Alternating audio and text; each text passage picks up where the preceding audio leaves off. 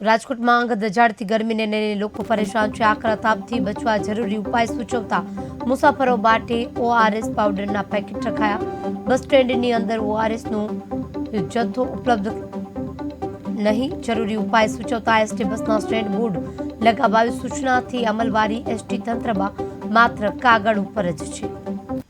ઉનાળાના કાળની ગરમીની અંદર આકરા તાપમાનની અંદર બસ સ્ટેન્ડની અંદર મુસાફરો અને એસટીના કર્મચારીઓ માટે શું સુવિધાઓ રાખવામાં આવી છે? બસ સ્ટેન્ડ કર્મચારી માટે ઓઆરએસ નો જથ્થો મેં અર્બન હોસ્પિટલથી મેળવેલો હતો। 100 ઓઆરએસ નો ત્યાં અમે મુસાફરો અને ડ્રાઈવર કંડક્ટરને બાટેલ છે અને કાયમી જરૂરિયાત અમારે બસોની છે, છતાં પણ અમારે 100 જેવા મળ્યા છે।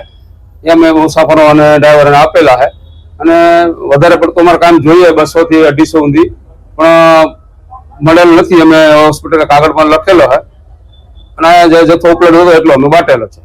કેટલા પેકેટ મળ્યા તમને? 100 ની આસપાસ। તમારી દૈનિક જરૂરિયાત કેટલી? અમારે દૈનિક જરૂરિયાત છે 200 ની છે।